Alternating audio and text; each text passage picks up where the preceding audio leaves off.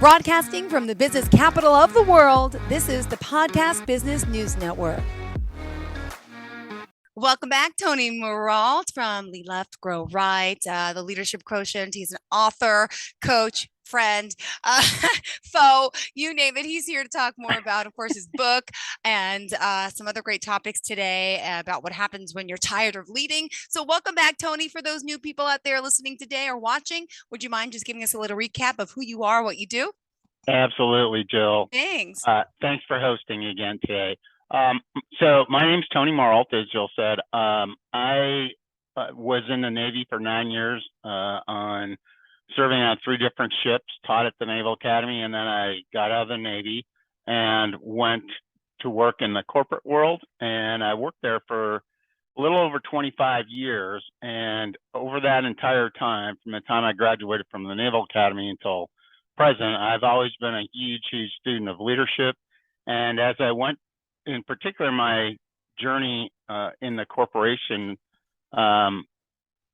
world, rather, I began to write 3x5 cards to myself of little quotes that would remind me of things that I did well or things that I didn't do as well, or that other people did well or didn't do as well. And eventually, I've always wanted to write a book, and a book on leadership. And so I've distilled that all down into the Leadership Quotient, and that's what we've been covering. So that's kind of my background. I have my own company now where I specialize in leadership and also in looking at integrative process management and process assessment. Wonderful. And if we want to reach out to you, tell us the website. LeadLeftGrowRight.com. All one word, LeadLeftGrowRight.com. You can contact me through LeadLeftGrowRight.com. There's a contact form. You can submit the questions there, or any kind of feedback, or you can email me at tony.marolt@gmail.com. And you can also call me at 816-694-4656. Perfect. And to still recap from last session, in a sense, you say practice makes professionals, right? Someone were to ask you, what are the top takeaways from the conversation on leadership? What would you tell them? And then we'll get into discussing our new agenda for today. Absolutely. So the reason I say practice makes professionals is because leaders aren't born. Leaders are made, and they're made well or they're made terribly. And my whole premise in the book is that everyone is a leader. So it doesn't matter what your station in life, what part of the team you're on, whether you're a frontline contributor or whether you're the CEO of a company, you are a leader. And in order to become a better leader, you have to, and the analogy I've used throughout the book and in our conversations has been, if you have a bunch of different leadership skills that I present in the book, think of it as a closet. And just like any piece of clothing, you got to take it out, try it on, see if it looks right for the outfit you're assembling, or whether the size fits, etc. And so practice makes professional means once you've identified a leadership skill that, hey, this works for me, not all of Tony's do, but this one works for me that he talked about, then you have to practice it, because just taking it out and putting it on one time, say, ah, that works for me. Well, if you don't practice that, then the next time you're confronted with a situation where you could pull that leadership skill out of your tool belt, you won't be able to do it very well because you haven't practiced it. So with that in mind, if I were to summarize the entire book, and I'm not going to cover it in detail as we did last time, but I'm going to cover the highlights again. The key 8 items that I talk about, one is don't be mediocre, be great. Strive for greatness, and if you come up short, you're still going to be pretty awesome. Hold yourselves and everyone else accountable. A lot of times in society, people are not holding themselves accountable. They point fingers at other people, or they say, well, that wasn't really my fault because I didn't have the training or whatever. Don't do that. Hold yourself accountable, and if you did something wrong, strive to become better the next time. Encourage people's hearts every day. We are humans. We strive for, doesn't matter if you're an extrovert or introvert, we strive for having and we value human connection. Well, if people do a good job, then you have to encourage them and thank them for it. if people are struggling, you still have to encourage them so that they get through the tough times, because as we know, life is not always easy. So encourage people's hearts. The fourth item is to really grow leaders in your organization. You can't just assume it's all going to happen by itself. You can't just assume that the most corporations will identify a golden child or someone with high, they call them high potentials, right? Yeah. Well, you have to go further than that in your organization, because there's so much leadership within your organization that you can grow at every single level. So grow leaders in your organization. And the practical reason for that, if you're a business and you want to make money, is you want to retain your top talent. And if you're going to retain your top talent, then the way that you do that is to have good leaders in place, because as I noted before, Gallup survey after survey says the number one reason by more than 50% that people leave a company, they don't quit the company, they quit the manager or the leader. So we Yes. have to have good people in place so that you feel like you're respected, that your true talents are growing and thriving, and then you will want to stay with a company for a longer period of time. Talking about this, the leadership quotient itself is not just some made up thing. It is a model that talks about balancing 4 quadrants and trying to improve in those areas that you can. And I would posit we can all improve in every single area, even if we think we're super awesome. Let's say in terms of EQ, getting to work and know people, you can always get better at any of those quadrants. Even if you think you're the best in the world, you can always become a little bit better. Number 6 is a core part of this book, which is in order to gain power, you have to give it up.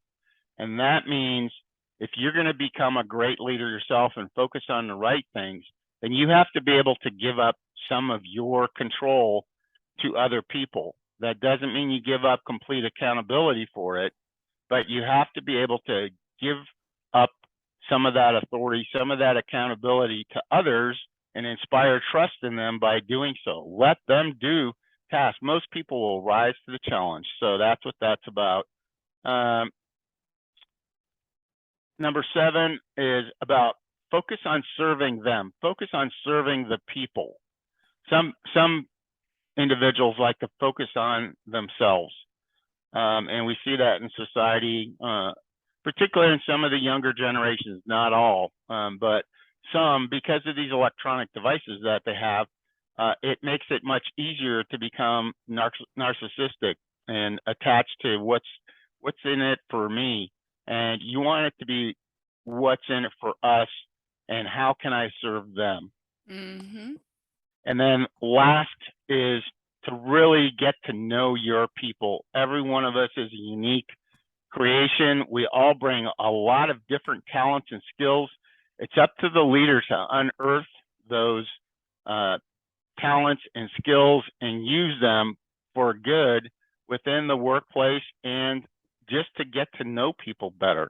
And oftentimes leaders don't do that. They sit in the high office and don't come down amongst the people kind of thing. So those would be the 8 encapsulations, I would say, of the entire book. I would still encourage you to read the entire book because there's a lot of other meat in the book to absorb and reflect on.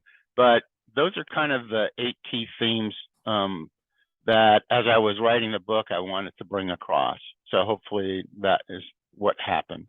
Absolutely. Perfect. Thank you so much for sharing that. All right. And, moving along for today, we're going to walk down the path about talking about those that get tired, right? Right. When you get tired of leading, and we'll talk about that. So let's start there. Yeah. How do you know when you're tired? What symptoms might you start observing? So that's a great question. A lot of times, I guess the first thing to say is a lot of times people have to be honest with themselves about whether they're actually becoming tired or not.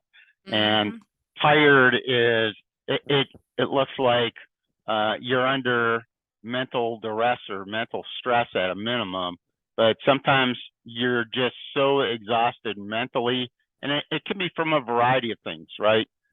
It could be from things that are happening in your personal life. It could be things that are happening in your professional life, but mentally, that is a key area that people often don't realize until they're already have kind of gone over the cliff and they're like, oh my gosh, I just can't do anything. I'm paralyzed with everything. Another area is physically. You're physically just exhausted all the time. We're not talking about, most of us at the end of the workday, work is work and it's tiring. We're not talking about that. It's where you're just completely wiped out and you're just like, where am I going to find the energy to do this tomorrow? I know what my schedule's like tomorrow. Yeah. And if you constantly get into that kind of repetition or behavior, then you know that you are starting to have some significant systems that your body is shutting down mentally, physically, and it looks like things. And we'll talk about leadership next, but you can't think clearly. Just all those kinds of things. You might forget stuff. Oh, I was supposed to do this, bring home the gallon of milk after work or whatever. Yeah. And it's all those things that it turns into. And then when it comes to leading, that then turns itself into poor decision making. Yeah. If you are so exhausted physically and mentally, you're just not at the top of your game. So you start making poor decisions and you just hope and pray that it's not a big decision that you're Yeah. making.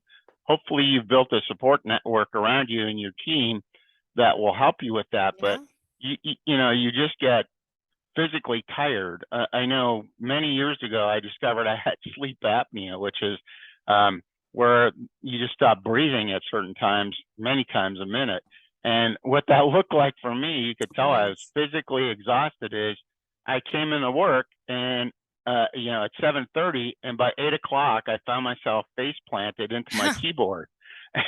And so that's when I began to investigate, and sure enough, that's what it was. So I was physically being deprived of oxygen and of sleep, and it really had a deleterious effect on me. Yeah.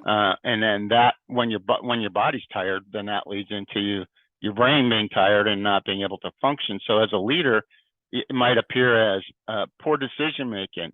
It could appear as with your team that you're snapping at people. And so as a formal leader, you have to watch out for that even in the members of your team, because they may be going through some of that same destructive situation where they're just either they're physically tired or mentally tired or whatever. And you start seeing them snapping and saying, wow, that's really out of character for Jill to do that. She's, Exactly. right. Yeah. But it happens. So these are just some of the ways you might, as a leader, for instance, begin to forget that you have an assignment to do a task, and you've now assigned it to 3 different people separately, and you forget that you've already assigned it to 2 other people. Yeah. It's those kind of lapses or gaps in your thinking. That's how it starts showing up as a leader. So does that make sense? Yeah. Do you ever get tired of leading? There are times, yes. All right. I was on this very, very large project where we're implementing an ERP, which is the entire computer system of the company. And the hours were very, very long and very, very exhausting. And I would just go home wiped completely out and barely able to get going the next morning, because it was just such a mentally and physically demanding job that I was in. So there are things that I did to try and counteract some of that, and we can talk about that in a second. So I think one of the things that you have to determine is if you're tired, and I'm not saying take a sabbatical.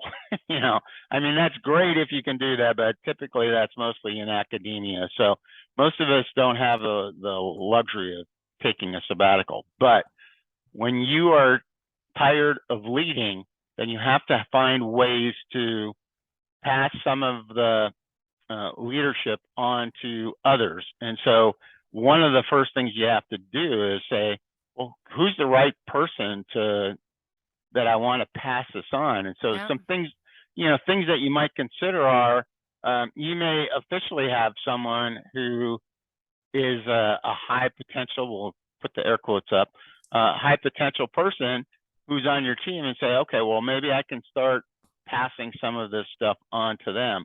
Or even if they're not high potential, but there's someone that you've observed in your interactions working with the team that you say, they're really good at this particular aspect, or maybe several aspects, and they've expressed the desire. And so you begin to give them some of the responsibilities that you might have.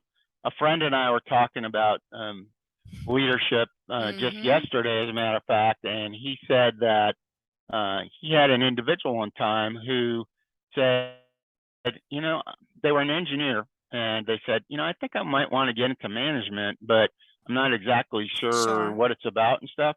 And so she asked for to take like his place, to take some of the other leadership responsibilities that were already going on, and just do it for a day. And she did a fantastic job at doing that. And again, in order to do that, you have to give up some of your control. But when you do, boy, that pays huge dividends. Either she'll find out that, hey, I'm not really cut out for management. I don't really, or I may be cut out for it, but I just don't want to do this. Or, wow, I can do that. And later on, when she did get promoted into management, she said, well, for instance, giving performances, well, that was pretty easy for me because I did it just for that one day, but that one day was enough for me to kind of understand what was going on. So, those are some of the characteristics that you want to talk about. And, a key thing you have to decide is, do I want someone who's cut from my same mold, or do I want someone who's cut from a different cloth and maybe has some other kinds of skills? Depends what you're going to, how you're going to structure that leadership. Let's call it an easing of leadership for yourself. And once you identify, okay, here's the things that I really could, this would really help me either physically or mentally to not be as tired.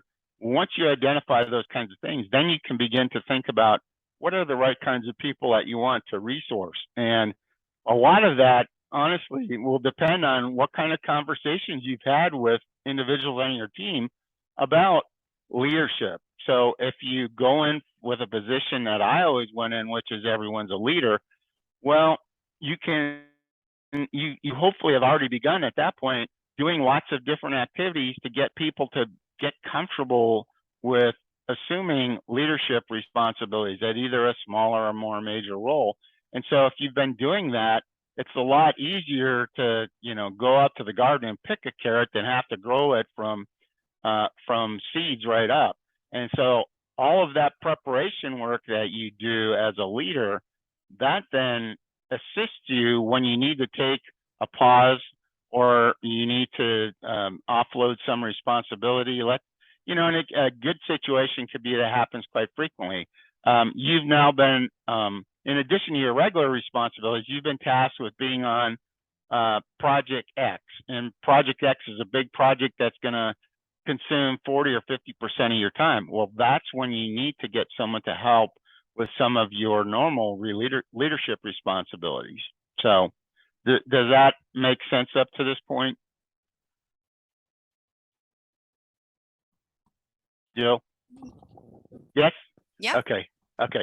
I don't know if you realize my face is getting red. I'm having an allergic reaction. Do you see this? To the tea. So I've been going, so I muted the button. But look at it.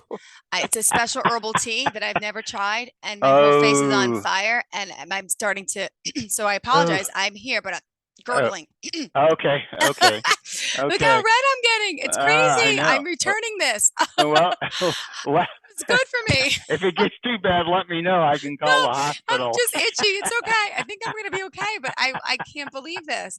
I'm having an allergic breakout, but sorry. Oh my Hmm. gosh. Yeah, So you need to take a break, basically, is I what need we're saying water. here. I got You're water right. here. Yeah, all right. Oh, So another thing that goes along with that, once you've chosen someone, is then you have to say, okay, what does the accountability structure look like? So mm-hmm. let's just go with that example about Project X. So if you're going to be spending up to half of your time working on Project X, you still have to have some way of communicating with the leader or leaders that you've done some load shedding with and given some of your responsibilities. So what does that look like? And you have to sit down and agree with them ahead of time. Is it do they leave you a weekly email, or what if there's a really important major decision that has to be made? How do they go about doing that and presenting that to you? How often do you want to be kept in touch? Some people might want to be kept in touch daily. It depends again on your level of control and also your level of trust with that individual. So you have to select them carefully, but then you also have to understand what is the mechanism going to be to hold them Yeah. and yourself accountable as you go forward. And those kinds of things can definitely be fleshed out. Um, Things that you might want to turn over or assist with resources that people have, are you might want to introduce someone to an HR person if you're going to have them doing a lot of the people kinds of stuff. You're probably going to want to go over through some sort of in the Navy, we used to call it a turnover. So if one officer was leaving, let's say they were the operations officer and a new operations officer just reported aboard, you would do a turnover, which Yep. could be everything from all the classified documentation, turning that over to and anything else. And corporations are that same way. So what are the kinds of things that you have to consider turning over as you begin to work more and more on Project X? Well, you have to have a discussion about people on the team. Who are which leaders have the greatest strength on your team, because Yep. hopefully they believe, like you do at this point, that everyone's a great, has the opportunity to lead all the time. What kinds of meetings do you want to go to versus having them attend as your direct representative? Who has responsibility for submitting, let's say, reports? Let's say your boss has to have a report once a month or once a week. Well, who's going to do that? Is it going to be you? Is it going to be them? So other projects that are going on that you want them to be aware of. So you have to create a turnover list and then make sure that you cover those kinds of things, and then make sure it's written out. One of the things we talked about, the leadership manifesto before. Okay, are you going to be gone a significant amount of time that you want that individual or those individuals to develop their own leadership manifesto and just share it with the team, even though they're not the official leader, but just since they're taking over some of the responsibilities, do you want them to also let everybody know, okay, here's kind of my pet peeves, or here's kind of my vision, et cetera, et cetera. Maybe yes, maybe no, but at least consider that in the discussion.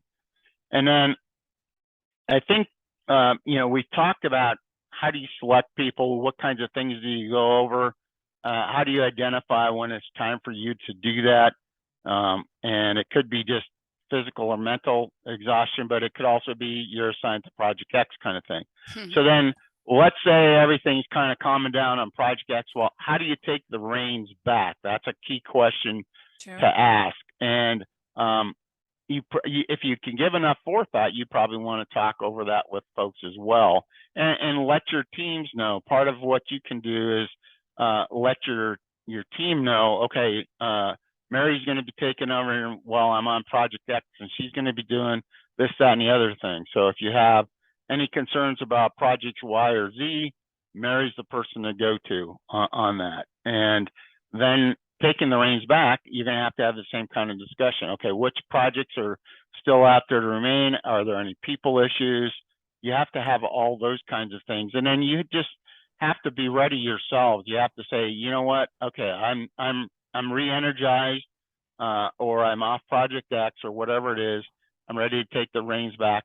And then you want to talk about the passing of that control or retaking the mantle or whatever expression you want. So you're going to have to transition back to, and it won't necessarily transition back to the old state because things change in a corporation and organizations, but you're transitioning back to a state in which you are the appointed leader, and how you take away those tasks. So So I think, a friend of mine and I were kind of debating about, okay, what are some topics to cover in the podcast beyond that? And this one really struck me as one that, yeah, that's a really great topic. So I thought I'd share that with you today. Beautiful. Well, with our audience. Oh, well, thank you very much. And we still have 2 minutes left. What else did you want to share, Tony, about you, your company, and how you're here to help those lead? Well, I think a couple of things, just to maybe talk about upcoming topics. Sure. That I may talk about, and I'm always open to feedback. So if people have a desire to hear about these or any other topics, one thing is, how do you set up leadership experiments? What is a leadership experiment? How do you set it up, and how do you address accountability, both during and after the experiment occurs? How do personal and professional leaderships translate from one to the other and vice versa? Because some leadership traits definitely will translate and cross the boundaries. They may just change form. And then what about leadership challenges that exist across generations or ethnic cultures or corporate cultures and all of those different dimensions? So those are some topics that I'm considering for future podcasts as we look at that. And so, again, through any of those mechanisms I talked about earlier, email or leave me a voicemail or call me directly, please send those to me so that, I can kind of determine where it might be good to slot that in and whether I have enough expertise to share on a particular topic. Great. Well, thank you. And if we want to reach out to you, would you mind sharing the best form of contact, Tony Marolt? As I gotta get some allergy medication. Look at my face. I know. My gosh, that's crazy. Yeah, so much for the special potion that's good for my stomach and digestion. I shouldn't have been the first. Wow. Tell us how we can reach out to you so I can go get an allergy pill. Tony.marolt@gmail.com, through the website, leadleftgrowright.com, or call me directly at 816-694-4656. And if you're interested in the book, you can get it on Amazon or Barnes & Noble, The Leadership Quotient by Tony Marolt. Thank you so much. I appreciate it. Thank you. Good luck, Jill. I hope you get better. I'm getting a pill right now. Bye-bye. Bye. All right. Bye-bye.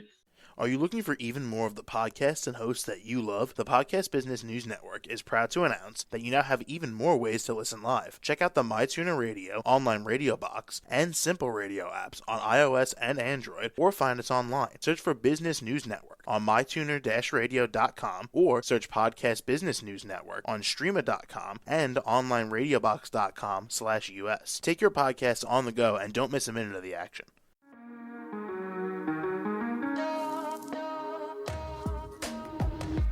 Broadcasting from the business capital of the world, this is the Podcast Business News Network. For nearly 2,000 severely injured veterans, everyday life has become filled with barriers. Day-to-day simple tasks can become pretty daunting. I have to carry my chair up 2 flights of steps or have somebody do it for me. What scares me the most is just the falling. When I'm struggling with my house, I think, to have that one great barrier just knocked down, it's crucial. Home for Our Troops is a wonderful nonprofit that builds a mortgage-free, fully adaptive, handicap-accessible house. And there's no catch. It'll be our very first home that we've ever owned. This is a game changer. This is where your life begins again. We need you to join us in completing this important mission. Please visit hfotusa.org and help build homes and rebuild lives. Because of you, everything's going to be okay.